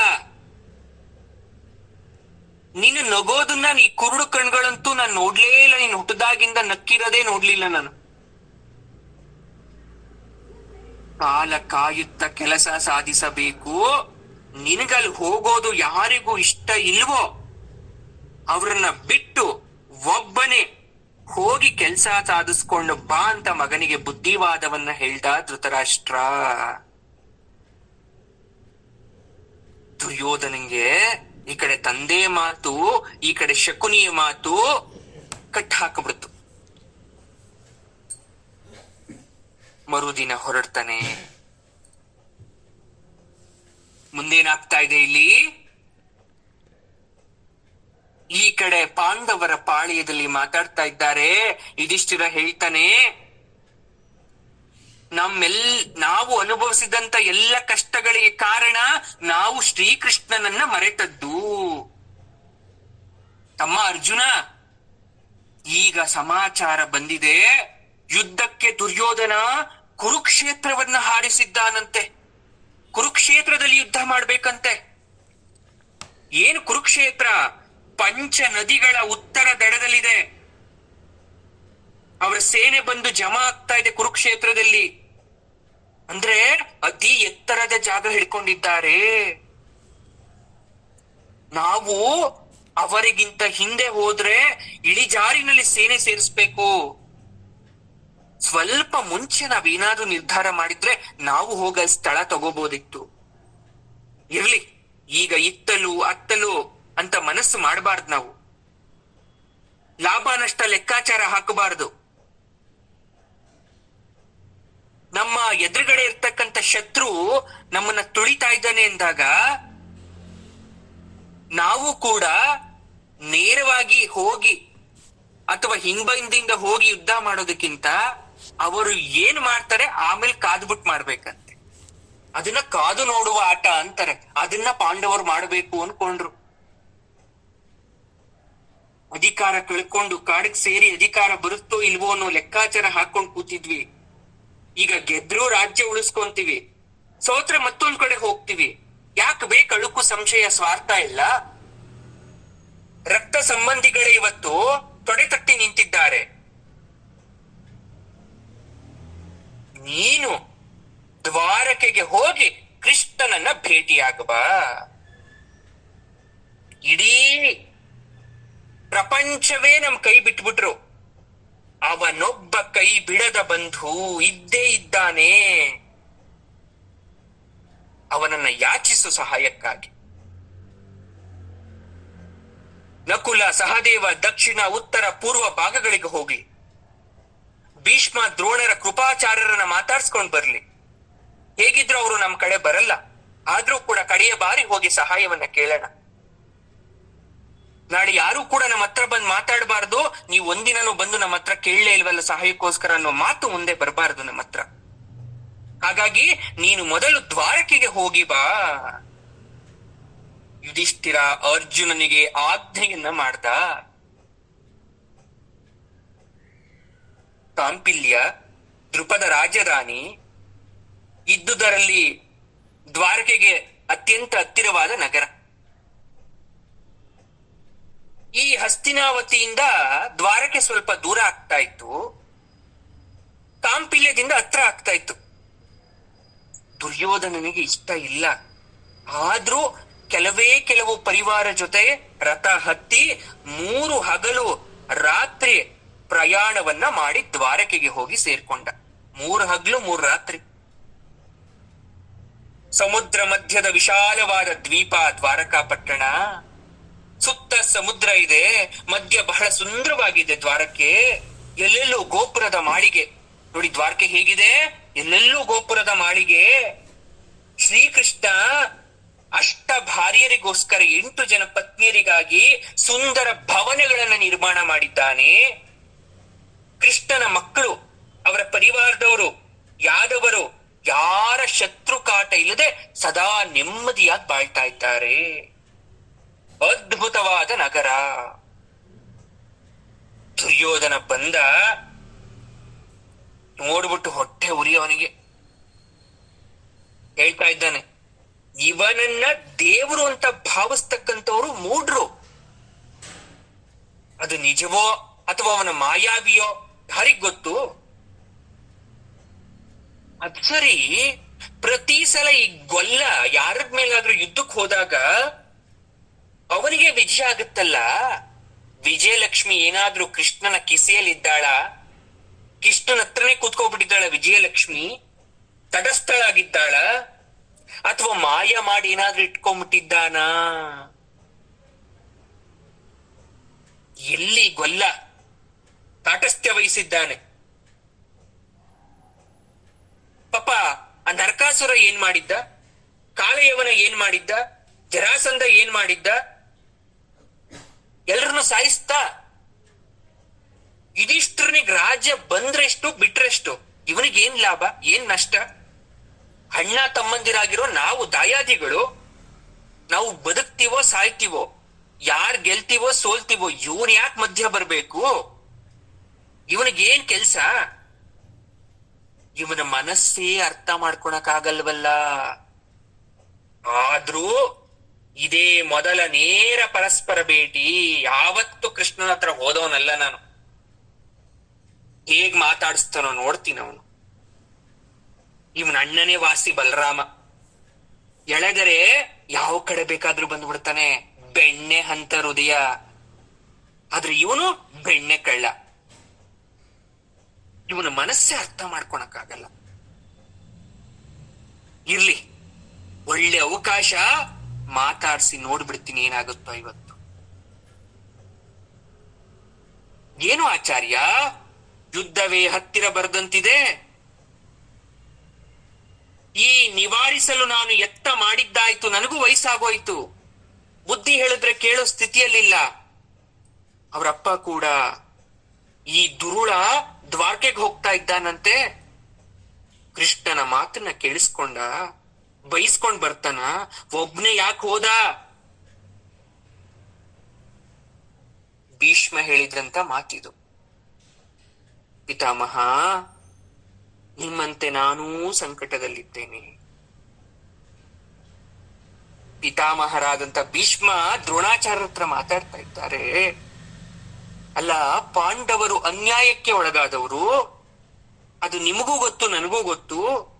ಈ ಅರಮನೆಯ ಧೂರ್ತರು ಈ ರೀತಿ ದ್ರೋಹ ಮಾಡ್ತಾ ಇದ್ದಾರೆ. ಪಾಂಡವರ ಹತ್ರ ಹೋದ್ರೆ ಒಪ್ಪಿಗೆ ದ್ರೋಹ ಅಂತಕ್ಕಂಥ ಪಟ್ಟ ನನಗ್ ಬರುತ್ತೆ. ನನಗೆ ದುರ್ಯೋಧನನ ಪರವಾಗಿ ಯುದ್ಧ ಮಾಡಕ್ಕೆ ಎಳ್ಳಷ್ಟು ಇಷ್ಟ ಇಲ್ಲ ಪಿತಾಮಹ. ನಾನೇನಾದ್ರೂ ಬಿಲ್ಲು ಬಾಣವನ್ನ ಹಿಡಿದು ನಿಂತ್ರೆ ಧರ್ಮ ವಿರುದ್ಧ ಆಯುಧ ಎತ್ತಿದಂತಾಗುತ್ತೆ. ಏನ್ ಮಾಡ್ಬೇಕು ಅಂತ ತೋಚ್ತಾ ಇಲ್ಲ, ಸಮಾಧಾನ ಆಗ್ತಾ ಇಲ್ಲ. ಅರ್ಜುನ, ದುರ್ಯೋಧನ ಇಬ್ರು ದ್ವಾರಕೆಗೆ ಹೋಗಿದ್ದಾರೆ. ಅಲ್ಲಿ ಏನಾಗುತ್ತೋ ಕಾದು ನೋಡೋಣ. ಒಬ್ಬೊಬ್ರು ಮನ್ಸಲ್ಲಿ ಒಂದೊಂದ್ ರೀತಿ ಆಲೋಚನೆ. ಎಲ್ಲರ ಮನಸ್ಸು ಕೂಡ ತುಕತಕ ಅಂತ ಕುದೀತಾ ಇದೆ. ಅಶಾಂತಿಯಿಂದ ತುಂಬಿದೆ. ಎಲ್ಲೂ ನೆಮ್ಮದಿ ಇಲ್ಲ. ಸಂಜಯ, ನನ್ನ ಮನಸ್ಸಿಗೆ ನೆಮ್ಮದಿ ಆಗ್ತಾ ಇಲ್ಲ. ಶಾಂತಿ ತರುವುದು ಏನಾದ್ರೂ ಒಂದೆರಡು ಮಾತು ಹೇಳೋ. ಈ ಕಡೆ ಕುರುಡ ಧೃತರಾಷ್ಟ್ರ ಸುಬ್ಬನ್ ಕೂತ್ಕೊಳಕ್ ಆಗ್ತಾ ಇಲ್ಲ ಅವನಿಗೆ. ಪಕ್ಕದಲ್ಲಿರೋ ಸಂಜಯ್ ನನ್ ಕೇಳ್ತಾ ಇದ್ದಾರೆ.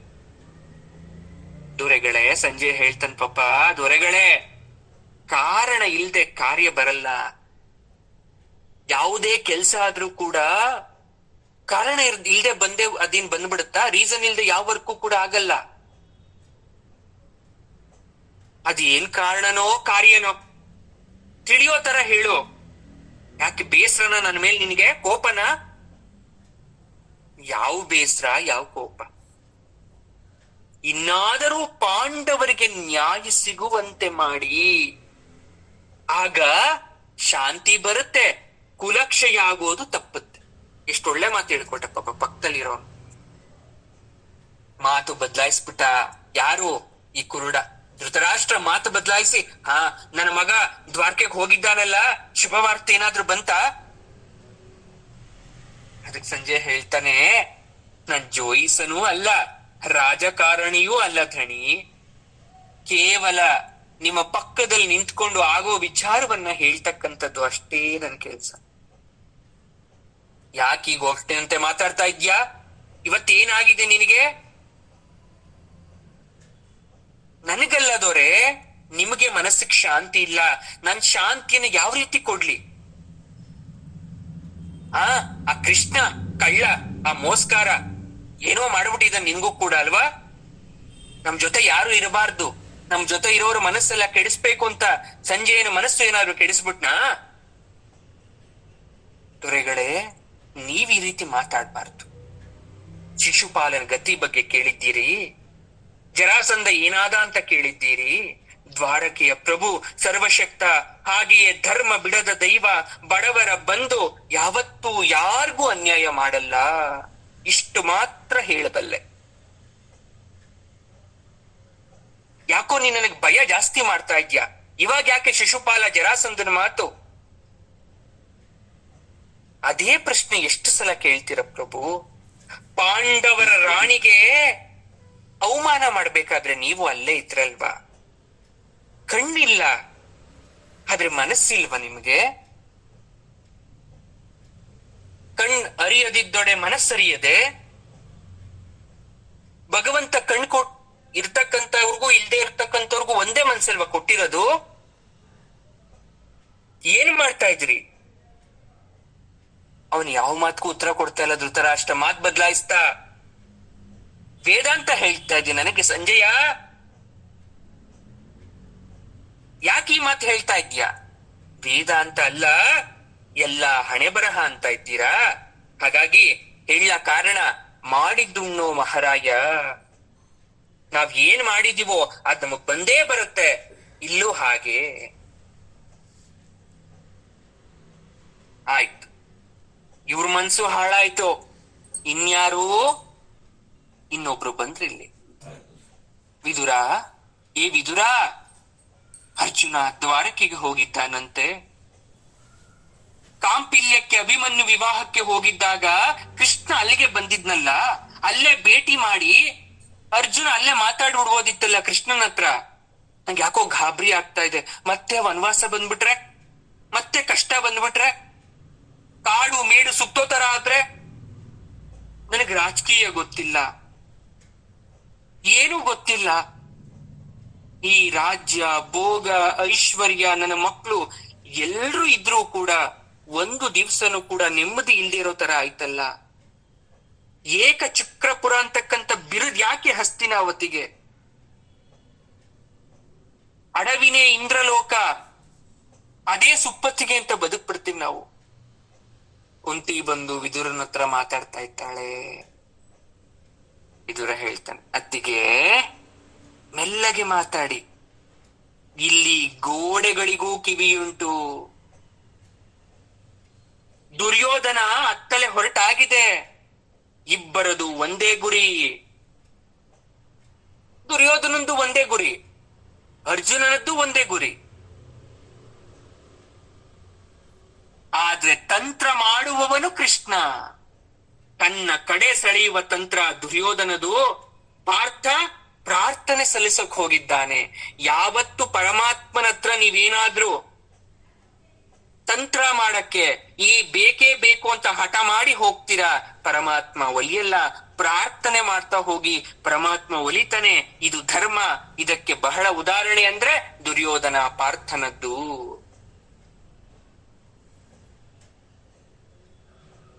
ಪಾಪ ಕುಂತಿಗೆ ಅರ್ಥ ಆಗ್ತಾ ಇಲ್ಲ. ಎರಡೂ ಕಡೆ ಕೃಷ್ಣ ಇರಕ್ ಸಾಧ್ಯನಾ?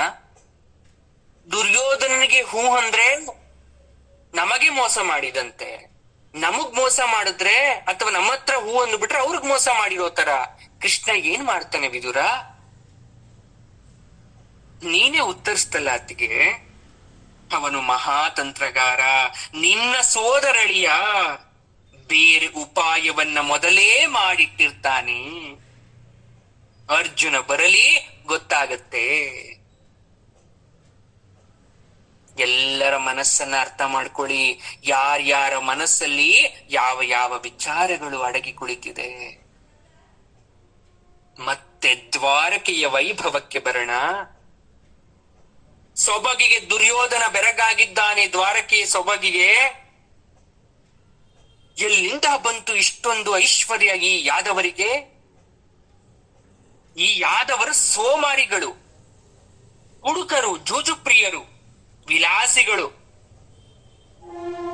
ಈ ಗುಟ್ಟನ್ನು ಅರಿಯಲು ಸರಿಯಾದ ಸಮಯ ಇದು. ಹೆಂಗ್ ಬಂತು ಇಷ್ಟ ಹಣ, ಆಸ್ತಿ, ಐಶ್ವರ್ಯ? ಅಸೂಯೆ, ಮನಸ್ಸು ಕುದೀತಾ ಇದೆ. ಯಾರಾದ್ರೂ ಚೆನ್ನಾಗಿದ್ದಾರೆ ಅಂದ್ರೆ ಮನಸ್ಸು ಕುದೀತಾ ಇರುತ್ತೆ.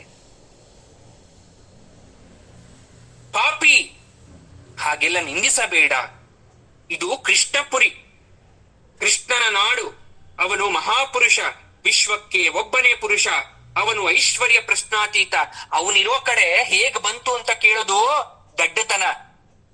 ಮಹಾಲಕ್ಷ್ಮಿ ಸದಾಕಾಲ ಇರ್ತಾಳೆ ಕೃಷ್ಣ ಇರೋ ಕಡೆ. ನಿಮ್ಮ ಹತ್ರ ಏನಾದ್ರೂ ಇದೆ ಅಂದ್ರೆ ಅದು ಭಿಕ್ಷೆ, ಅವನು ಕೊಟ್ಟಿರೋ ಭಿಕ್ಷೆ. ಮೇಲಾಗಿ ನಿಂತರ ಜೂಜಲ್ಲಿ ಮೋಸ ಮಾಡ್ಬಾರ್ದಿದ್ದಲ್ಲ. ಭಯ ಆಗೋಯ್ತು ದುರ್ಯೋಧನನಿಗೆ. ಮೈಯೆಲ್ಲ ಬೆವರು ಬಿಡ್ತು. ಯಾರಿದು ಅಂತ ಒಂದ್ಸಲ ಹಿಂದೆ ಮುಂದೆ ಸುತ್ತ ನೋಡ್ತಾನೆ, ಯಾರೂ ಇಲ್ಲ. ಓಹೋ, ಯಾವಾಗ ಈ ದ್ವಾರಕೆಗೆ ಕಾಲಿಟ್ಟು ಮಾಯ ಆವರಿಸ್ಬಿಡ್ತ ನನಗೆ. ಮಾಟಗಾರ ಕೃಷ್ಣ, ಮಾಟಗಾರ. ಆಗ ಹೇಳ್ತು ಅಶರೀರವಾಣಿ, ಏ ದಡ್ಡ, ಮಾಯೆಯೂ ಅಲ್ಲ, ಮರುಳು ಅಲ್ಲ, ಬೈಗುಳವೂ ಅಲ್ಲ, ಎಚ್ಚರಿಕೆಯ ಮಾತು. ನಾನು ಅಶರೀರಿ, ದ್ವಾರಕೆಯನ್ನ ಕಾಯ್ತಿರ್ತಕ್ಕಂಥ ದೇವತೆ. ನಾನು ಹೆಣ್ಣು ದೇವತೆ, ನಗರಿಯ ಅಭಿಮಾನಿ ದೇವತೆ. ಇದು ಪುಣ್ಯ ಭೂಮಿ, ವೈಕುಂಠಕ್ಕೆ ಸಮಾನ. ಕೊಳಕು ಬುದ್ಧಿಯನ್ನು ಬಿಟ್ಟು ದ್ವಾರಕೆಯನ್ನ ಶುದ್ಧ ಮನಸ್ಸಿನಿಂದ ಪ್ರವೇಶ ಮಾಡು. ಅಲ್ಲಿ ವಾಸುದೇವ ಇದ್ದಾನೆ. ನಿನ್ನ ಬುದ್ಧಿ ಸರಿಯಾಗಿ ಇಲ್ಲದೆ ನೀನು ಪ್ರವೇಶವನ್ನ ಮಾಡಿದ್ರೆ ನಾನಿನ್ ಒಳಗೆ ಹೋಗಕ್ ಬಿಡಲ್ಲ. ನೀನು ಯಾವ ಉದ್ದೇಶಕ್ಕೋಸ್ಕರ ಬಂದಿದ್ಯೋ ಆ ಉದ್ದೇಶ ಈಡೇರಲ್ಲ. ನ್ಯಾಯ ಮಾರ್ಗದಲ್ಲಿ ಹೋಗು ಅಂತ ಯಾರೋ ದ್ವಾರಕೆಯ ಅಭಿಮಾನಿ ದೇವತೆ ಹೇಳಿರ್ತಕ್ಕಂಥ ಮಾತು ಹೇಳಿದ್ಲು. ಆಗ ದುರ್ಯೋಧನ ಹೇಳ್ತಾನೆ, ನೀನು ದೇವತೆಯೋ, ನನ್ನ ಮನದ ಮುರುಳಿನ ಒಂದು ಆಕೃತಿಯೋ, ದ್ವಾರಕೆಗೆ ಅಭಿಮಾನಿ ದೇವತೆ ಬೇರೆ ಇದ್ದಾರ? ಛಂಬದಿಂದ ಮಾತಾಡ್ದ.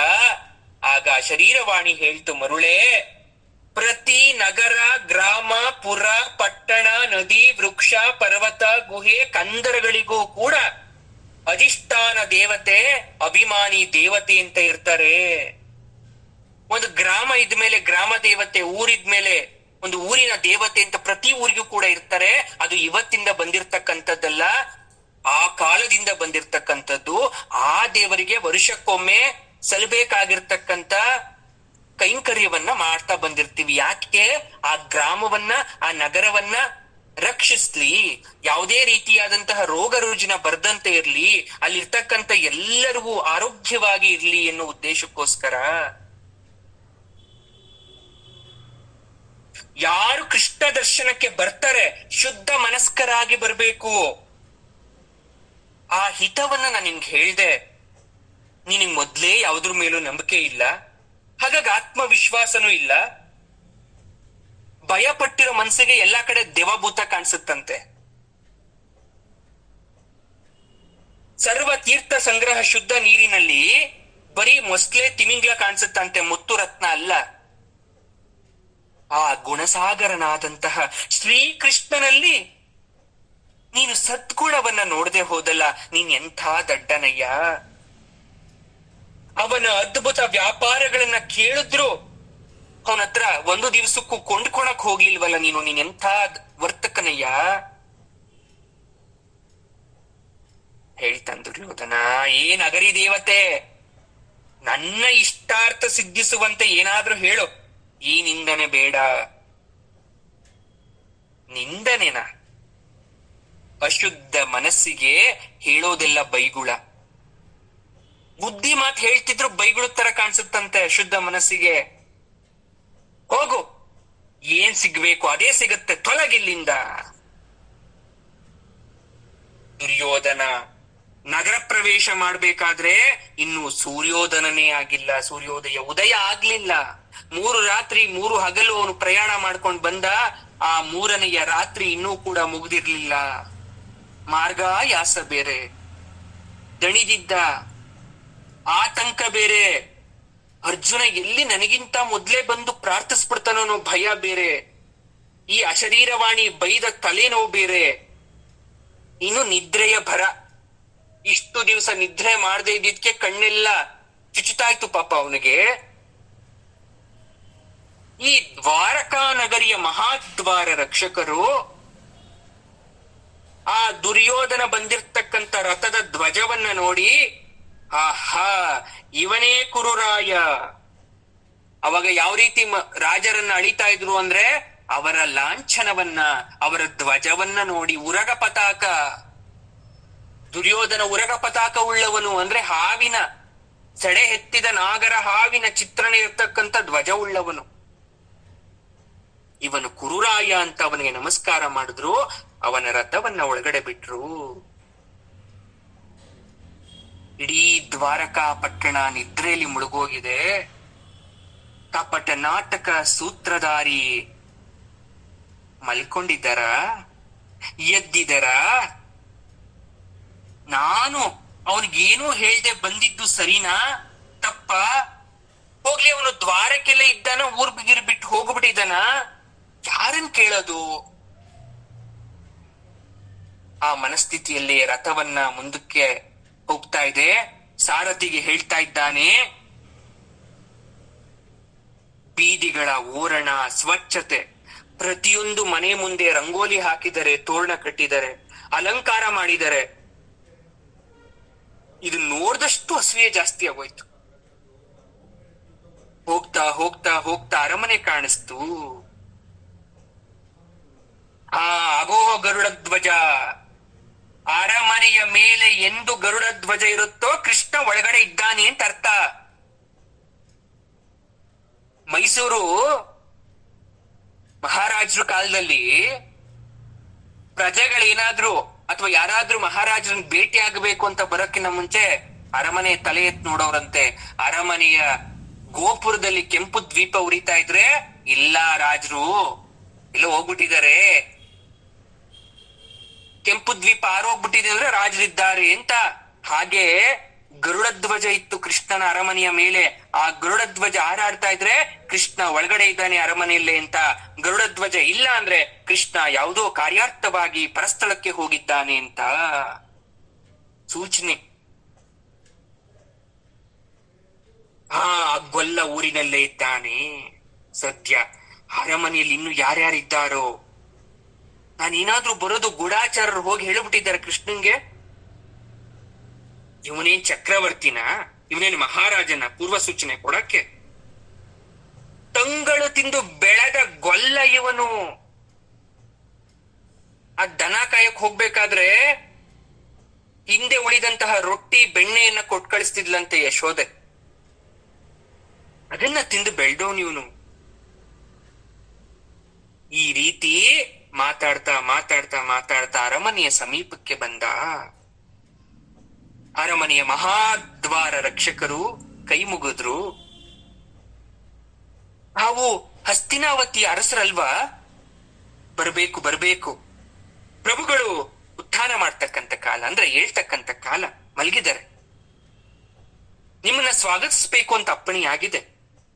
ನೋಡಿ, ಅಲ್ಲಿ ವಿಶ್ರಾಂತಿ ಗೃಹ ಇದೆ, ಅದೋ ಅಲ್ಲಿ ಮುಂದೆ.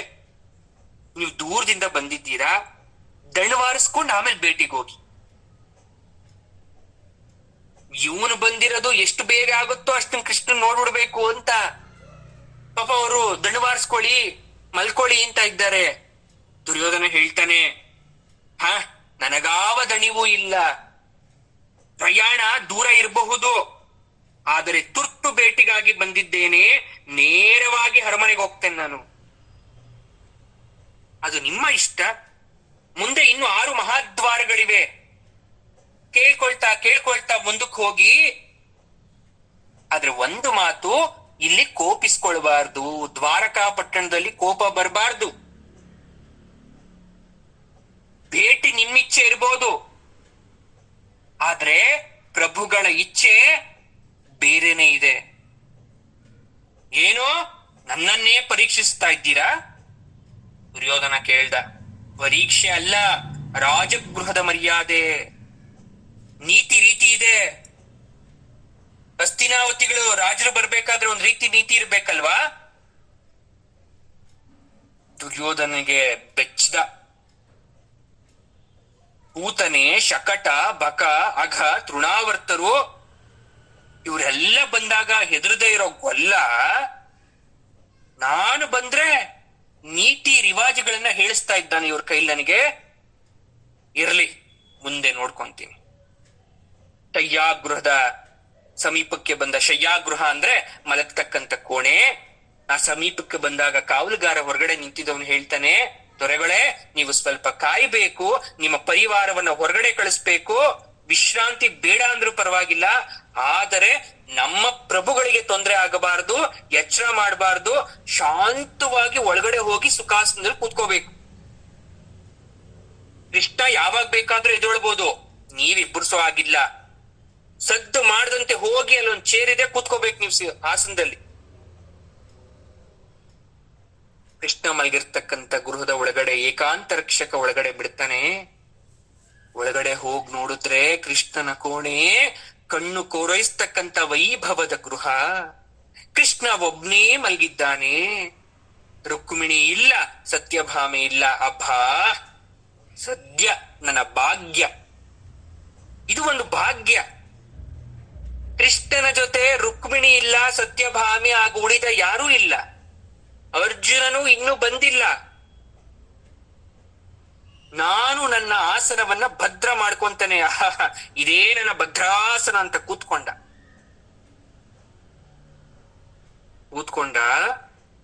ಶ್ರೀಕೃಷ್ಣನ ಮುಡಿಯ ಪಕ್ಕದಲ್ಲೇ ಬಂಗಾರದ ಆಸನ ಇತ್ತು.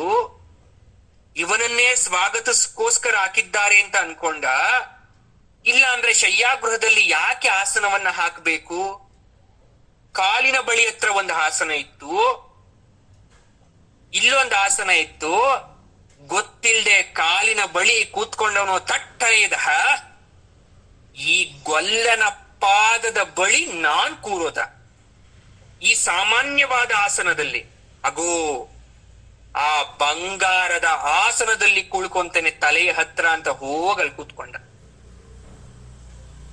ಇವನ್ ಯಾವ ದ್ವಾರೆ ಕೃಷ್ಣ? ಇವನ್ ಯಾವ ನೀತಿಜ್ಞ? ಮಾವಯ್ಯ ಹೇಳಿದ ಮಾತನ್ನ ಕೇಳಿ ನಾನಿಲ್ಲಿ ಬಂದಿದ್ದೀನಿ. ದುರ್ಯೋಧನ ಕೃಷ್ಣನ ತಲೆಯ ಹತ್ರ ಹಾಕಿರ್ತಕ್ಕಂತ ಆಸನದಲ್ಲಿ ಕುಳಿತು ಆ ಶ್ರೀ ಕೃಷ್ಣನ ಸಿರಿ ಮುಖವನ್ನ ಗಮನಿಸ್ತಾ ಇದ್ದಾನೆ.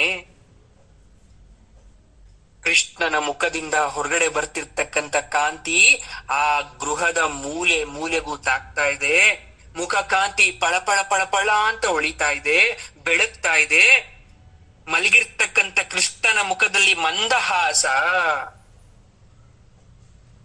ಅವನು ನೋಡಿ ನೋಡಿ ನೋಡಿ ದುರ್ಯೋಧನನಿಗೆ ಆಕ್ಲಿಕ್ಕೆ ಬಂದು ಆಕ್ಲಿಸ್ಬಿಟ್ಟ.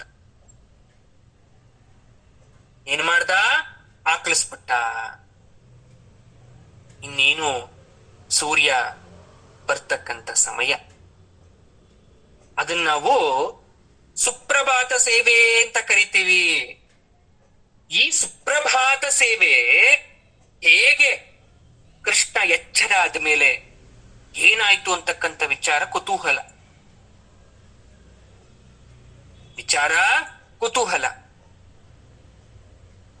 ನಮ್ಗೆಲ್ರಿಗೂ ಬಹಳ ಅನುಮಾನ. ಇನ್ನು ಏನೇನೋ ದೇವರ ಸೃಷ್ಟಿಯಲ್ಲಿ ನಾವೆಲ್ಲ ಹೀಗಿದ್ದೀವಿ ಅಂತ. ಒಮ್ಮೆ ಶ್ರೀಕೃಷ್ಣ ಏನ್ ಮಾಡ್ತಾರೆ, ಹಾಗೆ ಇರ್ಬೇಕಾದ್ರೆ ನಾರದರು ಬಂದ್ರು, ನಮಸ್ಕಾರ ಮಾಡಿದ್ರು. ಏನಪ್ಪ ನಾರದ ಸಮಾಚಾರ? ಸ್ವಾಮಿ, ನಾನ್ ಭೂಮಿಯಲ್ಲಿ ಸಂಚಾರ ಮಾಡ್ಬೇಕಾದ್ರೆ ಒಬ್ಬ ಮಹಿಳೆ ಎದುರಾಗಿ, ನಾರದ ಮುನಿಗಳೇ, ನನ್ಗೊಂದು ಪ್ರಶ್ನೆ ಇದೆ, ನೀವು ಬಗೆಹರಿಸ್ತೀರಾ ಅಂತ ಕೇಳಿದ್ರು. ಕೇಳಮ್ಮ, ನನ್ ಗೊತ್ತಿದ್ರೆ ಹೇಳ್ತೀನಿ ಎಂದೆ. ನೋಡಿ, ಪೂರ್ವ ಕಾಲದಲ್ಲಿ ಒಂದು ಮಗು ಹುಟ್ಟಿದ ತಕ್ಷಣ ತಾಯಿ ಗರ್ಭದಿಂದ ಎದ್ದು ಓಡಾಡ್ಬಿಡ್ತಿತ್ತಂತೆ. ಈಗ ಯಾಕೆ ಓಡಾಡ್ತಾ ಇಲ್ಲ? ನಾರದರಿಗೆ ಗೊತ್ತಿಲ್ಲ. ಇದೇನ್ ಈಗ ಕೇಳ್ಬಿಟ್ಲಮ್ಮ? ಹಿಂದೆ ಮಗು ಹುಟ್ಟಿದ ತಕ್ಷಣ ಎದ್ದು ನಿಂತ್ಕೊಂಡು ಓಡಾಡ್ತಿತ್ತು, ಈಗ ಓಡಾಡ್ತಾ ಇಲ್ವಾ? ಇಲ್ಲ, ನನಗೂ ಗೊತ್ತಿಲ್ವೇ ಉತ್ತರ. ಹಾಗಾದ್ರೆ ಯಾರನ್ನ ಕೇಳ್ಬೇಕು? ಕೃಷ್ಣನ್ನೇ ಕೇಳ್ತೀನಿ ಹೋಗಿ. ಕೃಷ್ಣ, ಯಾಕಪ್ಪ? ಕೃಷ್ಣ ಹೇಳ್ತಾನೆ, ನೋಡು, ಪೂರ್ವ ಯುಗದಲ್ಲಿ ಒಬ್ಬ ಬ್ರಾಹ್ಮಣ ಹೆಂಡತಿ ಮಕ್ಕಳ ಜೊತೆ ಇದ್ದ. ಮನೇಲಿ ಒಂದು ಹಸು ಸಾಕೊಂಡಿದ್ದ, ಹಾಲು ಕೊಡ್ತಾ ಇತ್ತು. ಹಾಲಿಂದ ಮೊಸರು, ಬೆಣ್ಣೆ, ತುಪ್ಪ ಮಾಡ್ತಿದ್ರು. ಸಗಣಿಯಿಂದ ಗೊಬ್ಬರ ಮಾಡ್ತಾ ಇದ್ರು, ಬೆರಣಿ ಮಾಡ್ತಾ ಇದ್ರು. ತಿಂಗಳಿಗೆ ಸಾಕಾಗುವಷ್ಟು ಎಲ್ಲ ವಸ್ತು ಹಸುವಿಂದ ಬರ್ತಾ ಇತ್ತು. ಒಂದ್ ದಿವ್ಸ ಹಸುಗ್ ವಯಸ್ಸಾಯ್ತು, ಹಾಲು ಕೊಡೋದನ್ನ ನಿಲ್ಸ್ಬಿಡ್ತು. ಇದರಿಂದ ಏನ್ ಪ್ರಯೋಜನ ಇಲ್ಲ ಅಂತ ಅನ್ಕೊಂಡ್ ಕಾಡ್ಗೆ ಹಟ್ಟಬಿಟ್ಟ. ಎಷ್ಟ್ ಹಟ್ಟಿದ್ರು ಬಂದು ಬಂದು ಮನೆ ಮುಂದೆ ನಿಂತ್ಕೊಂತ ಇತ್ತು. ಹಸಿವು ಬಾಯಾರಿಕೆಯಿಂದ ಕಡೆಗೆ ಕಾಡ್ಗೆ ಹೋಗ್ಬಿಡ್ತು. ಒಂದ್ ದೇವಸ್ಥಾನದ ಹತ್ರ ಇರಕ್ ಶುರು ಮಾಡ್ತದ. ಶಿವನ ದೇವಸ್ಥಾನದ ಮುಂದೆ ನಿಂತ್ಕೊಂಡು ಪ್ರಾರ್ಥನೆ ಮಾಡ್ತು. ಅಪ್ಪ, 84 ಲಕ್ಷ ಜೀವರಾಶಿ ಕಳೆದು ಮನುಷ್ಯ ಜನ್ಮ ಪಡೆಯೋದು ಅಂದ್ರೆ ಸಾಮಾನ್ಯವಾದದ್ದಲ್ಲ. ಅಂಥದ್ರಲ್ಲಿ ಮನುಷ್ಯ ಜನ್ಮಿ, ನಾನು ಹಾಲ್ ಕೊಡ್ಬೇಕಾದ್ರೆ ಹುಲ್ಲಾಕಿ ನೀರ್ ಕೊಡ್ತಾ ಇದ್ದವನು ಹಾಲ್ ಕೊಡೋದು ನಿಲ್ಸಿದ ತಕ್ಷಣ ಮೇವು ನೀರ್ ಕೊಡ್ದೆ ನನ್ನ ಬಡ್ದು ನೋವು ಮಾಡ್ಬಿಟ್ಟ. ಅದೆಲ್ಲ ಸಹಿಸಿ ಕೊನೆಗೆ ಮನೆಯಿಂದ ಹೊರಗಡೆ ಹಾಕ್ತಾ ಕಾಡಲ್ ಮೇವ್ ತಿಂದು ಬದುಕ್ತಾ ಇದ್ದೇನೆ. ನೀನೇ ನನಗೆ ಗತಿ, ನೀನೇ. ಒಂದ್ ದಿವ್ಸ ಆ ಬ್ರಾಹ್ಮಣನ ಹೆಂಡತಿ ಕಟ್ಗೆ ತರಕ್ಕೆ ಕಾಡಕ್ ಹೋದ್ಲು. ಹಸು ನೋಡ್ತಾಳೆ, ಗರ್ಭಿಣಿ ಆಗ್ಬಿಟ್ಟಿದೆ. ಅರರೇ, ಇನ್ನು ಸ್ವಲ್ಪ ದಿವಸದಲ್ಲಿ ಕರು ಹಾಕತ್ತೆ, ಹೋಗಿ ನನ್ನ ಗಂಡನನ್ನ ಕರ್ಕೊಂಬಂದ್ ಏನ್ ಮಾಡ್ಬೇಕು, ಹಸುವನ್ನ ಕರ್ಕೊಂಡ್ ಹೋಗ್ಬೇಕು. ತಾಯಿ ಬಂದ್ಲು, ಹಸು ಇಲ್ಲ. ಸರಿ ಆಯ್ತು. ಈ ಸ್ವಲ್ಪ ದಿವಸ ಬಂದ್ ಬಿಟ್ಕೊಂಡ್ ನೋಡ್ತಾಳೆ, ಹಸು ಕರು ಹಾಕ್ಬಿಟ್ಟಿದೆ. ಹಸು ಕರು ಎರಡು ಇದಾವೆ. ಮತ್ತೆ ಗಂಡನ್ ಕರ್ಕೊಂಡ್ ಬರಕ್ ಹೋದ್ಲು ಖುಷಿ ಖುಷಿಯಿಂದ. ಹಾಗೆ ಹೊರಟಿದ್ದಂತ ಮೇಳೆ ಹಸು ಹೇಳ್ತು, ನೋಡಮ್ಮ, ನೀನ್ ಹೋಗಿ ನಿನ್ ಗಂಡನ್ ಕರ್ಕೊಂಡ್ ಬರಕ್ಕಿನ್ನ ಮುಂಚೆ ನಂಗೆ ಸಹಾಯ ಮಾಡು. ನನ್ನ ಕರು ಕೆಸರಿಗೆ ಬಿದ್ದು ಹೋಗ್ಬಿಟ್ಟಿದೆ, ಮಣ್ಣು ಮೆತ್ತಿ ಗಲೀಜಾಗಿದೆ, ಈಗ ತಾನೇ ಹುಟ್ಟಿದೆ ಕರು. ಹಾಗಾಗಿ ಅದು ಎದ್ದು ಓಡಾಡಕ್ಕೆ ಸಾಧ್ಯ ಆಗಲ್ಲ. ನಾನ್ ಆಗಿನ ಕಾಲದಲ್ಲಿ ಹಸು ಕರು ಹಾಕದ್ಮೇಲೆ 8 ತಿಂಗಳು ಬೇಕಾಗಿತ್ತು ಎದ್ದು ಓಡಾಡಕ್ಕೆ. ಹಾಗಾಗಿ ನನ್ನ ಬೆನ್ನ ಮೇಲೆ ಹಾಕು ನನ್ನ ಕರುನ, ನಾನು ಸುರಕ್ಷಿತವಾದ ಜಾಗ ಕರ್ಕೊಂಡು ಹೋಗ್ತೇನೆ. ಕರು ನೋಡ್ತಾಳೆ, ಎಲ್ಲ ಕೆಸರಾಗೋಟಿದೆ. ಗಲೀಜಾದ ಈ ಕರುವನ್ನ ಎತ್ತಿ ನಾನು ಇನ್ಮೇಲೆ ಹಾಕ್ಬೇಕಾ? ನಾನು ಮುಟ್ಟಲ್ಲ, ಅಸಹ್ಯ. ಕೋಪ ಬಂದ್ಬಿಡ್ತಂತೆ ಹಸುಗೆ. ನೀವು ಮನುಷ್ಯ ಉಪಯೋಗ ಆಗೋ ತನಕ ಉಪಯೋಗಿಸ್ಕೊಂಡು ಆಮೇಲೆ ನಮ್ಮನ್ನ ಕೈ ಬಿಡ್ತೀರಾ? ನಿನ್ನ ಮಗು ಹುಟ್ಟಿದ ಕೂಡಲೇ ನಡೆಯುತ್ತೆ ಅಂತಕ್ಕಂಥ ಅಹಂಕಾರ. ನನ್ನ ಕರು ಹುಟ್ಟಿದ 8 ತಿಂಗಳ ನಂತರ ತನ್ನ ಕಾಲ್ ಮೇಲೆ ನಿಲ್ಲುತ್ತೆ. ಆದ್ರೆ ನಾನ್ ಶಾಪ ಕೊಡ್ತಾ ಇದ್ದೇನೆ, ಇನ್ ಮುಂದೆ ನಿಮ್ಗ್ ಹುಟ್ಟಿದ ಮಗು ಎದ್ ನಿಲ್ಬೇಕು ಅಂದ್ರೆ 8 ತಿಂಗಳಾಗ್ಲಿ. ನನ್ಗ್ ಹುಟ್ಟತಕ್ಕಂಥ ಕರುಗಳು ಹುಟ್ಟಿದ ತಕ್ಷಣ ಎದ್ ನಿಂತ್ಕೊಳ್ಳಿ. ಮುಂದೆ ಯಾವುದೇ ಪ್ರಾಣಿ ಸಂಕುಲದಲ್ಲಿ ಮರಿ ಕರುಗಳು ಹುಟ್ಟಿದ ಕೂಡಲೇ ಎದ್ ನಿಂತ್ಕೊಳ್ಳಿ. ಮನುಷ್ಯರಿಗೆ 8 ರಿಂದ 10 ತಿಂಗಳು ಬೇಕಾಗ್ಲಿ. ಸ್ತ್ರೀಗೆ ಮಗು ಹುಟ್ಟುತ್ತಿದ್ದಂತೆ ಎದ್ದು ನಡೆದ್ಬಿಡ್ತಿತ್ತು ಪೂರ್ವ ಕಾಲದಲ್ಲಿ. ಗುರುಗಳೇ, ಕತೆ ಹೇಳ್ತೀರಾ ನೀವು? ಉದಾಹರಣೆ ಹೇಳಬೇಕು ಅಂದ್ರೆ ಸುಖದೇವ, ವೇದವ್ಯಾಸರು, ಪಿಪಿಲಾದ, ವಾಮನ, ಈ ಎಲ್ರೂ ಕೂಡ ಹುಟ್ಟಿದ ತಕ್ಷಣ ಎದ್ದು ಓಡಾಡಕ್ ಶುರು ಮಾಡಿದವರು. ಅಂದು ಗೋಮಾತೆ ಕೊಟ್ಟಂತಹ ಶಾಪದಿಂದ ನಾವೆಲ್ಲ ಏನಾಗ್ತಾ ಇದೀವಿ, ಹುಟ್ಟಿದ ತಕ್ಷಣ 8-10 ತಿಂಗಳು ಎದ್ದು ನಿಲ್ಲಕ್ಕಾಗಲ್ಲ, ನಮ್ಮ ಕಾಲ ಮೇಲೆ ಶಕ್ತಿ ಇರಲ್ಲ. ಹಾಗೇನೆ ಇಲ್ಲಿ ಭಗವಂತನ ಮರ್ಮ ಅಂತಕ್ಕಂಥದ್ದು ಎಷ್ಟರ ಮಟ್ಟಿಗಿದೆ.